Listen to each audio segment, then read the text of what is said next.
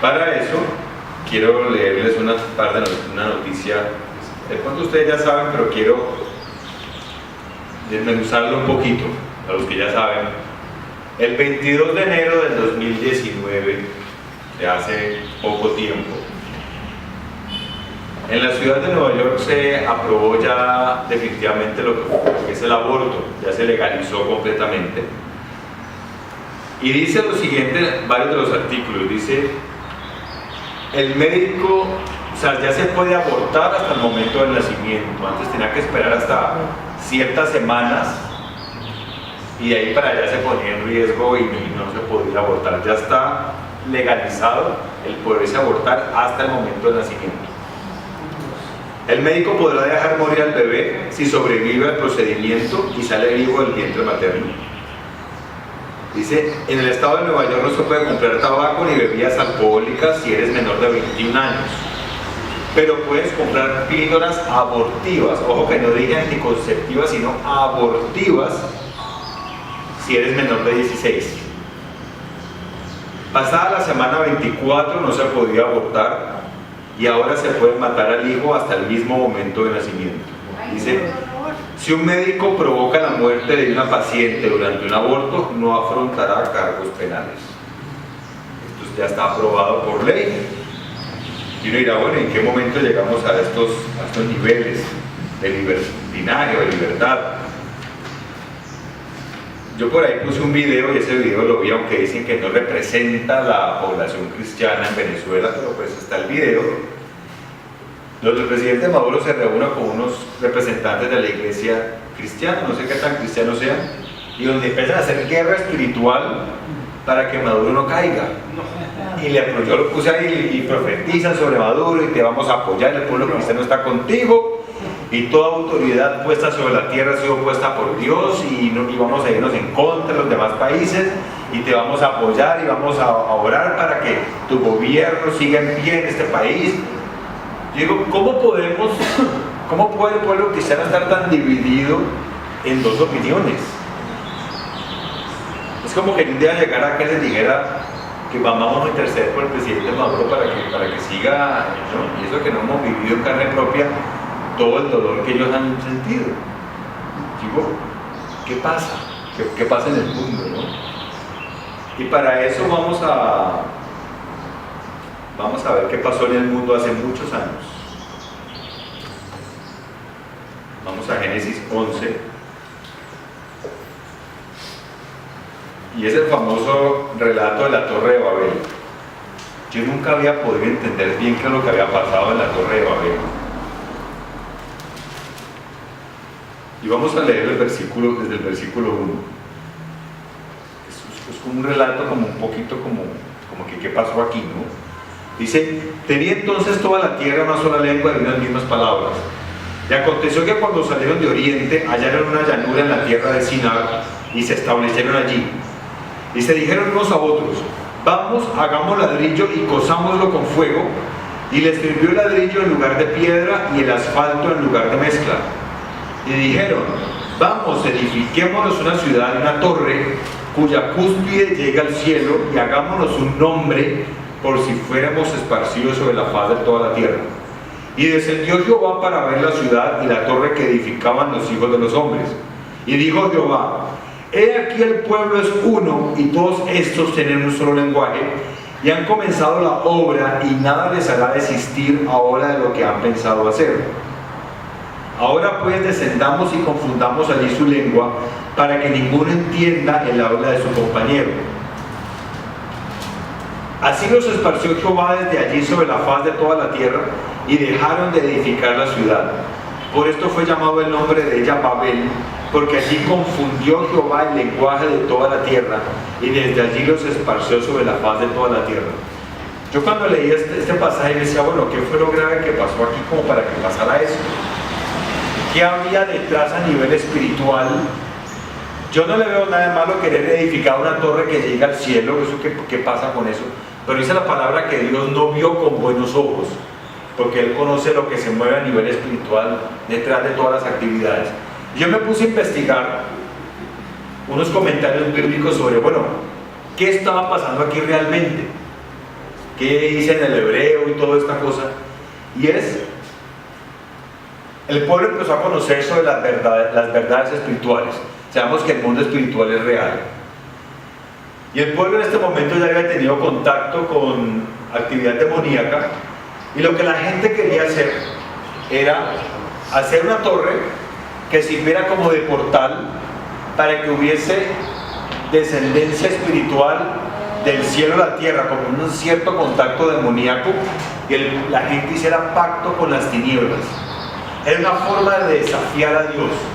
Yo voy a llegar hasta las alturas de Dios y vamos a tener nosotros un contacto espiritual. Era una actitud de quiero igualarme a Dios, quiero estar a la par con Él, un desafío hacia Dios mismo, al querer tener contacto con actividades espirituales de maldad. Un portal es como un lugar de contacto entre una presencia espiritual maligna y yo. Por ejemplo, una tabla Ouija puede ser un portal, o una ventana abierta para yo tener cierta comunión con las tinieblas, todo lo que es brujería, las cartas, todo esto. Y esto es lo que el pueblo quería hacer en este momento: edificarse una torre que sirviera de contacto con el mundo espiritual de las tinieblas. Y fue en la misma actitud o la misma tentación que Satanás le dio a Adán y Eva en el jardín del Edén. Si comes de este fruto, seréis igual a Dios, seréis como Dios. Es el deseo del hombre de subir un peldaño más e igualarse en autoridad y en poder a Dios mismo. Ya no podemos decir Dios es mi rey, porque si estoy en la misma posición, entonces yo ya no estoy debajo en sumisión y en obediencia. Y esto es lo que el pueblo empezó a hacer, a quererse igualar con Dios. Ahora, si nos vamos un poco más atrás, eso fue la rebelión de Satanás en el cielo. Lucifer, el ángel, quiso igualarse a Dios y conspiró toda una revuelta para que los ángeles del cielo entraran como en un golpe de estado, a querer luchar contra Dios. Era querer poner al resto de los ángeles en enemistad contra Dios.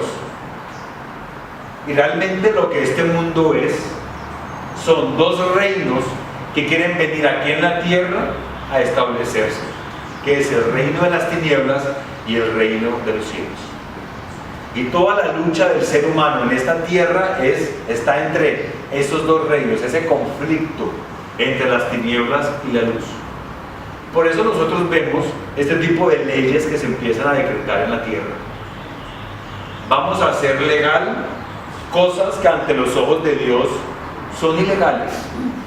Entonces vamos a legalizar el homicidio, la muerte que un padre pueda tener hacia su propio hijo. Que fue un accidente, que no sé qué. Vamos a legalizar, vamos a irnos en contra de los mandamientos de Dios. Y esto es algo a nivel espiritual. ¿Cuál es el propósito de Satanás para este tiempo? Y lo vamos a ver en la historia. Que toda su creación, que todos nosotros le hagamos un golpe de estado a Dios. Que toda la tierra, la creación más hermosa de Dios, que somos nosotros los hombres, nos vayamos en contra de Dios. Eso es lo que quiere Satanás. Y por eso cada vez que en la escritura vemos que el pueblo se rebeló contra Dios, le fue muy mal. Cada que el pueblo de Israel abrazaba costumbres paganas que iban en contra de los mandamientos que el pueblo había aprendido, les fue muy mal. Porque Dios decía, no puedo ejecutar algo a favor de mi pueblo cuando mi pueblo se rebela en contra mía. Lo mismo usted, si tiene un hijo, si tiene un socio en su empresa, lo que sea, usted no puede, se pierde el voto de confianza, se pierde muchos derechos cuando un hijo suyo se rebela en contra de su autoridad, o le roba o le quiere quitar algo. Y eso fue lo que Satanás ha querido hacer durante todo el tiempo aquí en la tierra.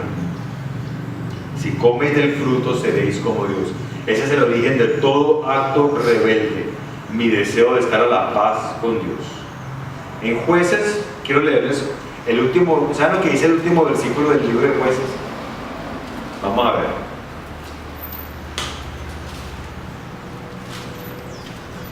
Alguien que lo pueda leer. El último, ¿con qué termina el libro de Jueces? ¿Con qué versículo? 25. Ah, no, 23. Jueces 21-25.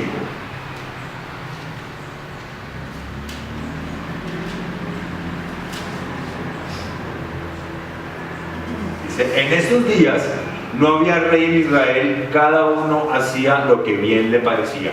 Y cuando usted lee el libro de Jueces, todo el libro de Jueces se trata del mismo tema. El pueblo de Israel en desobediencia con Dios, adorando dioses falsos, abrazando costumbres que Dios nunca les llamó a adoptar.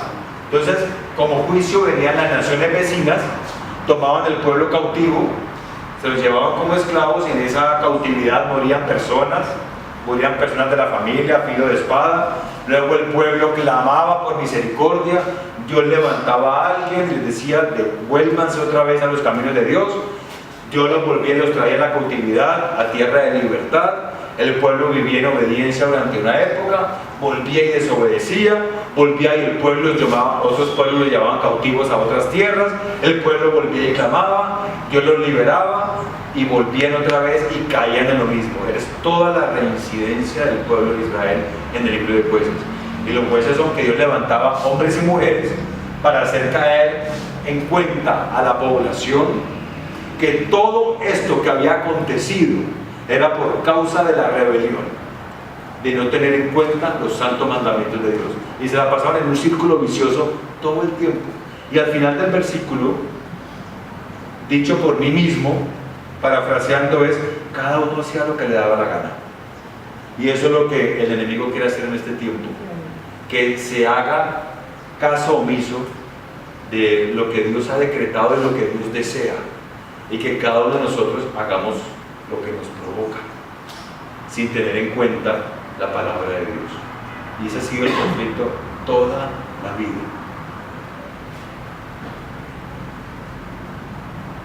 El hombre en contra de su creador. Y en la Biblia también hay historias de hombres y mujeres que fueron probadas muy duras, porque eran puestos a prueba para ver qué ciudadanía iban a querer adoptar ellos en su vida. O soy ciudadano del reino de los cielos, o soy ciudadano de las tinieblas. Y vamos a ver que pueblos enteros muchas veces desearon irse en contra de Dios. Por ejemplo, los reyes Saúl y David, hemos hablado mucho de ellos. Y es básicamente la cuestión era: ¿a quién quiero yo agradar? ¿A quién quieres agradar, Saúl? ¿A quién quieres agradar, David? Y Saúl estaba más pendiente de querer agradar al pueblo, lo que el pueblo me pida, lo que el pueblo me demande, sin tener en cuenta la instrucción de Dios. Yo estoy aquí para agradar al pueblo. Y David decía: yo estoy aquí para agradar a Dios, a pesar de sus errores. La pregunta es: ¿a quién voy a serle fiel? ¿A quién voy a serle leal? Y cuando el pueblo fue llevado cautivo a Babilonia, lo que hoy en día es como Irán, Irak, por allá, el profeta Daniel fue llevado cautivo. Satanás estaba detrás de Daniel, porque Daniel tenía un llamado de parte de Dios. Y todo el pueblo en su mayoría se dejó seducir por los lujos y el esplendor que había en Babilonia. Y poco a poco el pueblo se fue disipando y se fue olvidando la forma en que fueron criados, la forma en que fueron levantados, y fueron adoptando las costumbres que habían en Babilonia. Y toda persona, eso se llegó a poner tan peligroso, que toda persona que desafiara al rey en ese momento, que representaba las tinieblas, era castigado con muerte y era amenazado. Y Daniel le tocó pasar la prueba de la lealtad, al riesgo de morir. Y así les tocó al pueblo de Israel cada que eran cautivos. Cuando el pueblo quería seguir practicando, querían adorar lo que se les había enseñado, se encontraban con una barrera cultural muy fuerte que les decía: aquí nosotros no adoramos de esa manera, aquí no adoramos a Jehová Dios como ustedes lo hacen, aquí no tenemos las costumbres hebreas, aquí lo hacemos en otra manera, aquí sacrificamos a nuestros hijos a fuego al dios Moloch. Entonces, si usted quiere vivir en esta tierra y quiere que le vaya bien, le va a tocar sacrificarlos como nosotros los sacrificamos. Y dice la palabra que en un momento el pueblo de Israel sacrificó a sus propios hijos y los quemaban en fuego para agradar a los dioses que en esas naciones servían. Y Dios les dijo: nunca les enseñé yo a ustedes que hicieran eso. Y hoy en día, cuando vemos esta legalización de abortos, es prácticamente retomar lo que a nivel espiritual se movía en esa época, que era el sacrificio de los hijos a un dios pagano, el sacrificio de los hijos a Satanás. Y vemos como cuando el pueblo era llevado cautivo, también el pueblo llegó un momento que se rendía y caía rendido a los pies de los gobernantes y de las leyes, porque para poderse parar firme y decir: no voy a seguir con la cultura de este lugar, tenían que pagar con sus propias vidas. Y vemos en la palabra personas que lo hicieron, personas que fueron victoriosas, pero también hubo personas que fallaron. Y no solamente el pueblo de Dios perdió su identidad como hijos de Dios, perdieron su destino también como el pueblo escogido en ese tiempo. Pero luego Dios levantaba personas en el temor de Dios y le hacían caer en cuenta a la gente: este no es el destino de nosotros. Y cuando Dios levanta al rey Ciro y levanta creo que fue el rey Darío también, que le dice al pueblo: regresen al pueblo de donde ustedes vienen y establezcan su cultura allá. Hubo muchos del pueblo de Israel que se quedaron viviendo en Babilonia, porque ya habían adoptado las costumbres de ese lugar como propias. Y el pueblo perdió lo que había sido llamado de parte de Dios. Vamos a Juan 19.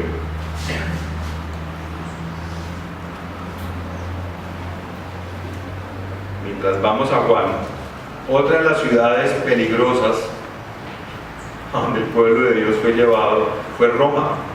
Roma también fue una ciudad que se mezcló religiones orientales, africanas, y el pueblo judío cayó rendido a los pies del César, con todas sus costumbres. Y las personas que se iban en contra del César eran crucificadas. Cuando yo veo que Jesús es crucificado, sabemos que había un plan de Dios de redención con eso, pero en lo natural, Jesús también fue crucificado. En lo natural, las razones humanas fue porque se fue en contra de todo el sistema romano, y así mataban a la gente en Roma. En Juan 19 les voy a mostrar, vamos a leer el versículo 1. Esto es antes de la crucifixión, cuando Jesús está ante Pilato. Así que entonces tomó Pilato a Jesús y le azotó. Y los soldados entretejieron una corona de espinas y la pusieron sobre su cabeza y le vistieron con un manto de púrpura y le decían: salve, rey de los judíos, y le daban de bofetadas. Entonces Pilato salió otra vez y les dijo: mirad, os los traigo fuera para que entendáis que ningún delito hallo en él. Entonces, si no se halló delito en Jesús, ¿para qué lo mandó a azotar? Bueno, digamos. Y salió Jesús llevando la corona de espinas y el manto de púrpura, y Pilato les dijo: he aquí el hombre. Cuando le vieron los principales sacerdotes y los alguaciles, dieron voces diciendo: crucificadle, crucifícale, crucifícale. Pilato les dijo: tomadle vosotros y crucificadle, porque yo no hallo delito en él. Voy a hacer aquí una pausa. Yo les he dicho varias veces que quienes crucificaron a Jesús fueron, dice, los principales sacerdotes. O sea, la gente buena. Claro, que la próxima vez que usted diga fulano de tal tan bueno, quiero decirle que la palabra de Dios dice que no hay ninguno bueno. Cuando dicen a Jesús eso, Jesús dice: ¿por qué me llamas bueno? Solamente hay uno bueno, que es Dios. Y la palabra de Dios dice que todos nosotros nos hemos extraviado. Como dijo una vez un predicador, somos puercas lavadas, regeneradas por la sangre de Cristo. Porque el ser humano en general, nosotros tenemos una capacidad muy amplia para ejecutar el mal. No estoy diciendo que todos seamos malos, tenemos la capacidad, pero somos un pueblo regenerado por la sangre de Cristo. Y los principales sacerdotes fueron los que crucificaron a Jesús, los buenos, los que eran los de la alta moral, los que se portaban bien, los que conocían la ley. Ajá. Una pregunta ahí, ¿por qué se excluye a él siendo Dios también? ¿Se excluye quién? Jesús. Ah, no sé. Buena pregunta, voy a investigar. Porque en ese momento representaba el papel de hombre. Sí, también. Uy, estás, pero buenas. Es hombre, pero es un hombre inmaculado. Claro. Los buenos, los que conocían la ley, los que enseñaban, los que conocían la profecía de la llegada del Mesías, los que se sentaban en el templo a enseñar a la gente cómo ser buenos ciudadanos. Esa gente buena fue la que crucificó a Jesús. Yo estaba leyendo un poco sobre historia, les dije que iba a enseñarles algo de historia aquí. Cuando Hitler llegó al poder con los nazis y todo eso, leí un libro de historia y decía que la iglesia apoyó a Hitler durante gran parte de su mandato. Hitler fue visto como la solución a todos los problemas en Europa. Y si usted ve, con todo el respeto a los libros históricos, usted ve la iglesia apoyando a este señor Hitler y los ve cogiéndose de la mano, los obispos, los sacerdotes. Usted lo ve, esto es historia.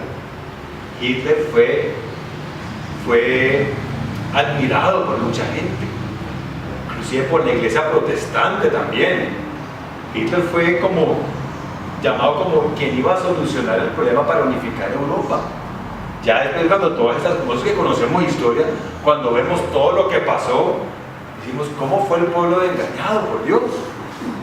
Pero aquí las personas buenas son los que crucificaron a Jesús. Buenas entre comillas, ¿ok? Dice, los judíos le respondieron, nosotros tenemos una ley y según nuestra ley debe morir, porque se hizo a sí mismo hijo de Dios. Cuando Pilato oyó decir esto, tuvo más miedo y entró otra vez en el pretorio y dijo a Jesús, ¿de dónde eres tú? Mas Jesús no le dio respuesta. Entonces le dijo Pilato, ¿a mí no me hablas? ¿No sabes que tengo autoridad para crucificarte y que tengo autoridad para soltarte? Respondió Jesús, ninguna autoridad tendrás contra mí si no te fuese dada de arriba. Por tanto, el que a ti me ha entregado mayor pecado tiene. Y en el versículo 15 dice, pero ellos gritaron, fuera, fuera, crucifícale. Pilato les dijo, ¿a vuestro rey he de crucificar? Respondieron los principales sacerdotes, no tenemos más rey que César. El pueblo judío cayó rendido a Roma y ya no reconocían a Dios como el rey. No tenemos aquí ningún rey, el único rey es el César. Y el César, que era lo más corrupto que usted se puede imaginar. Pero el pueblo de Dios juró lealtad a un rey corrupto que no estaba familiarizado con ninguna de las costumbres de los israelitas. Pero el pueblo cedió ante la presión, ante la cautividad espiritual del espíritu babilónico que había en ese momento. Y usted dirá, bueno, ¿yo para qué le estoy contando todas estas cosas? Porque en el libro del Apocalipsis dice que al final de los tiempos va a haber un resurgimiento de Babilonia. Es decir, yo creo que va a haber una ciudad entera que va a ir en contra de Dios y sus mandamientos, pero también la palabra dice que el espíritu de anticristo está en funcionamiento hoy en día. Es el plan de Satanás y las tinieblas que todos aquí nosotros y que pueblos enteros se rebelen contra Dios. Porque si Satanás puede hacer eso, ¿no? Si trató de hacerlo en los lugares celestiales, lo va a querer hacer aquí. Y por eso es que usted ve todas estas cosas tan extrañas que suceden, todas estas leyes y todas estas cosas raras que pasan. Hoy en día las leyes son las cosas más absurdas que ustedes se pueden imaginar. El incremento del racismo, la intolerancia ante muchas cosas. Vamos a Lucas 22. Jesús pagó con su vida al no adaptarse al estilo de vida romano.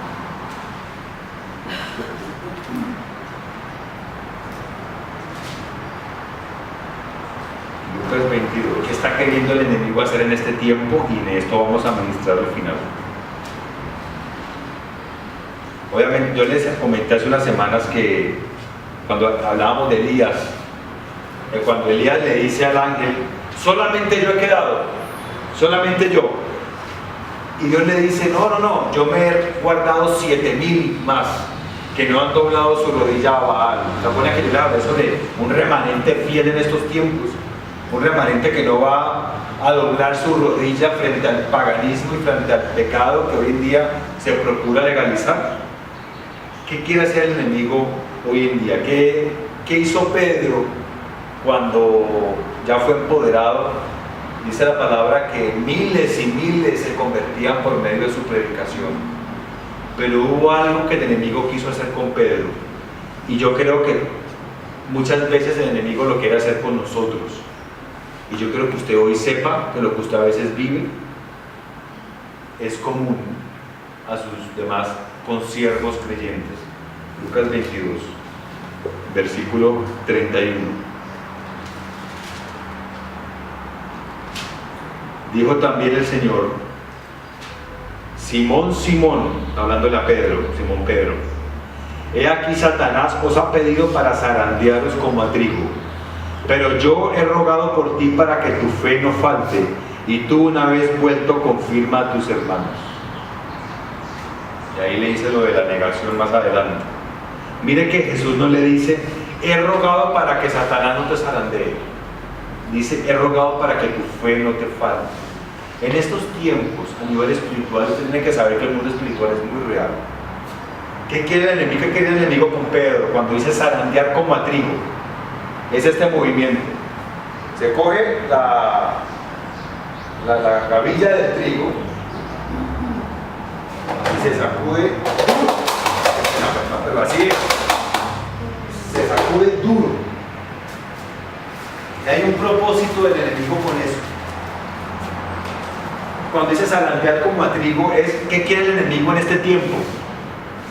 Que nosotros seamos como el pueblo de Israel que se disipó y que de manera paulatina empezó a abandonar el santo mandamiento para adoptar las cosas del gobierno, de la cultura de la época.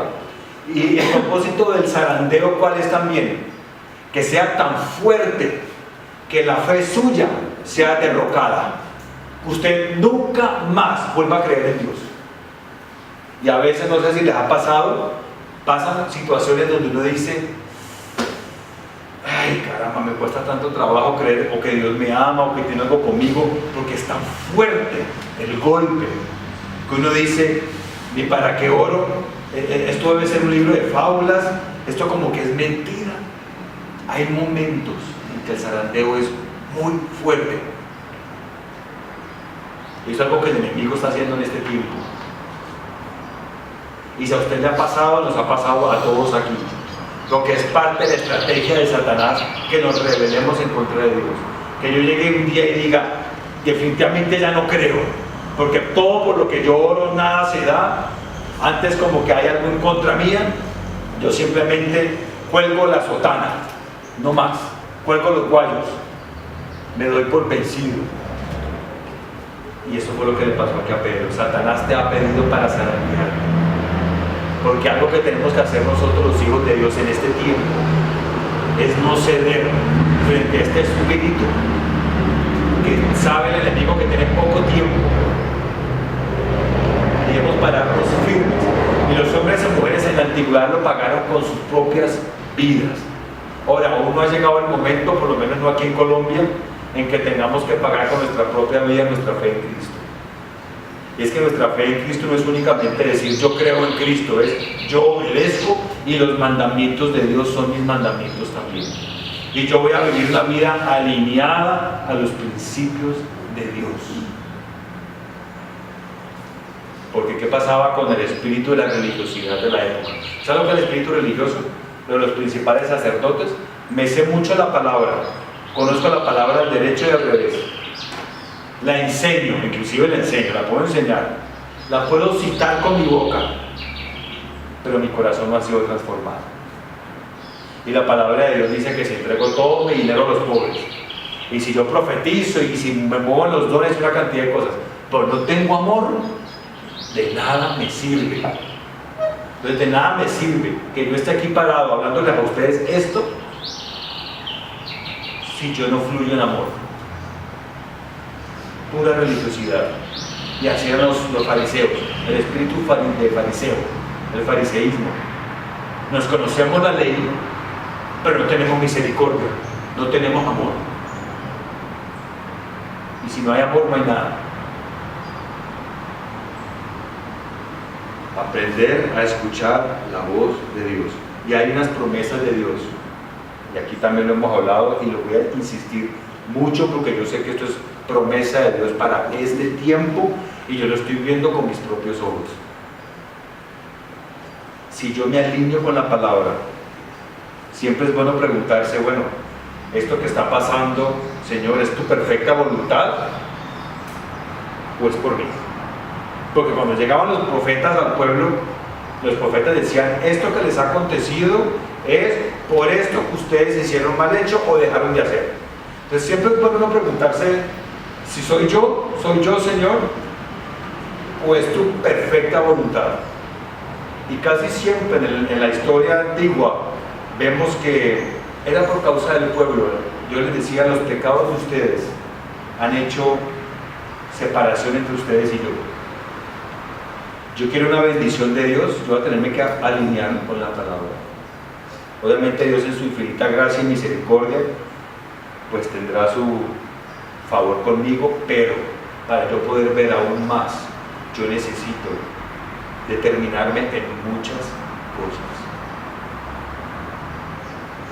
Una vez, yo les conté, una persona muy allegada, que no es muy creyente, me habló sobre por qué le pasaban ciertas cosas que ella no entendía.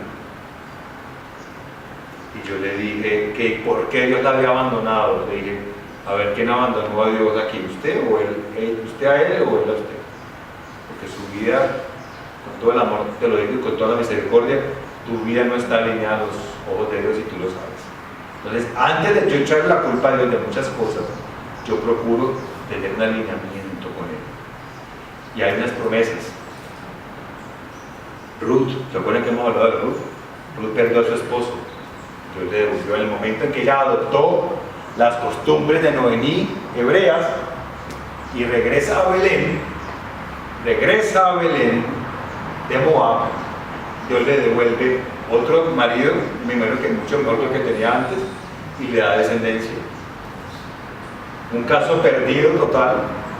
Dios restaura. Yo quiero hablar mucho de la restauración de Dios para este tiempo. Sí, es un desafío y sí es un reto el yo no dejarme contaminar por lo que sucede alrededor, pero también hay promesa de parte de Dios cuando suceden este tipo de cosas. Nosotros arrebatamos milagros. Job perdió a sus hijos, perdió sus animales, perdió su riqueza, perdió toda su prosperidad, y Dios le devolvió de todo. El rey Nabucodonosor, ¿recuerdan? Cuando él reconoció que el cielo gobernaba, él dijo, mayor grandeza me fue añadida después de un tiempo de quebranto. Mefiboset perdió a su padre en la guerra y Dios le devolvió un mejor padre conforme al corazón de Dios, que era David. Dios le dijo, siempre comerás a mi mesa, porque Saúl, su abuelo Saúl y su padre Jonatán habían muerto. Y David adopta una restauración de la paternidad en la vida de Mefiboset. Era un caso perdido. Él dice, tendrá misericordia de un perro como yo, un perro. Y hubo la restauración de Dios completo. El pueblo en el Antiguo Testamento estaba pasando por un tiempo de mucha apostasía. Inclusive los sacerdotes eran corruptos. Nosotros vemos que por la palabra que se acostaban con mujeres en en las puertas del templo. Es como que yo llegara y hiciera esto acá un burdel, algo así, tal cual, así de escandaloso era. Se había perdido la noción de la santidad aún de los mismos profetas. Ya no había profeta en la tierra, o había profetas que profetizaban mentiras. Y cuando Dios levanta a Samuel, para traer un mayor nivel de bendición, y transicionó a Israel a un periodo de poder y gloria. Por eso Dios levanta al profeta Samuel. En medio de la corrupción del sacerdocio de Elí y de sus hijos, Dios levanta a un Samuel que ungió reyes. Y yo quería darles a ustedes esta enseñanza hoy porque hay una promesa de Dios sobre nosotros. Sí, nos toca pagar un precio de estar determinados con los mandamientos de Dios y llamar al pecado como lo que es pecado. El aborto no es una alternativa por si te provoca no tener un hijo todavía, no es un homicidio, hay que llamar las cosas por su nombre. Eso y otras cosas también. Pero teníamos la promesa de Dios de la restauración de todas las cosas. Algo que yo estaba escuchando de parte de Dios en este tiempo es la restauración de todas las cosas, todas las cosas. Y si hay algo en su vida que usted quiere que se restaure, hay una promesa de Dios para eso. Pero también se requiere que usted haga algo con mucho gozo del muladar, del lodo cenagoso, a la persona que decide ser ciudadano del reino de los cielos en este tiempo, donde dice: no me voy a amoldar al mundo y me voy a guardar para el Señor, y no voy a adoptar como estilo de vida lo que yo veo en el mundo, lo que para el mundo es normal y ante los ojos de Dios no lo es. Yo voy a ser fiel a mi Padre Celestial, y lo cuento como gran testimonio. Nunca en mi vida me imaginé este testimonio igual. Hay promesas, la restauración de todas las cosas, la restauración de todas las cosas. Yo quiero orar por ustedes hoy. Yo quiero declarar esa palabra sobre ustedes. Sí, se paga un precio, la verdad, sí. Se paga un precio y alto. Y a veces toca llorar, y a veces nos sentimos solos, y a veces nos sentimos como que la gente no nos entiende, como que voy en contra de la corriente, como que a la gente le va divinamente y a mí me va horrible. Pero son etapas, son temporadas. Porque cuando la mano de Dios se manifiesta de una manera enorme y contundente. Y esas son las promesas que tenemos delante de Dios. La palabra también dice que el siervo de Dios debe ser hallado fiel. Y esta gente en la palabra fueron fieles, muchos, un remanente, siempre hubo un remanente cuando fueron llevados a otros lugares, de no adoptar esas costumbres y decir: aunque el gobierno las apruebe, yo en mi corazón no las voy a aprobar y no las voy a obedecer, y para mí nunca serán normales. Cuando Satanás vino a tentar a Jesús en el desierto, lo tentó con poder, lo tentó con una cantidad de cosas, con cosas que que cualquier mortal hubiera caído facilito, rendido ante la tentación. Jesús se paró firme. O sea, si Jesús pasó por esa prueba, ya podía pasar todo el resto.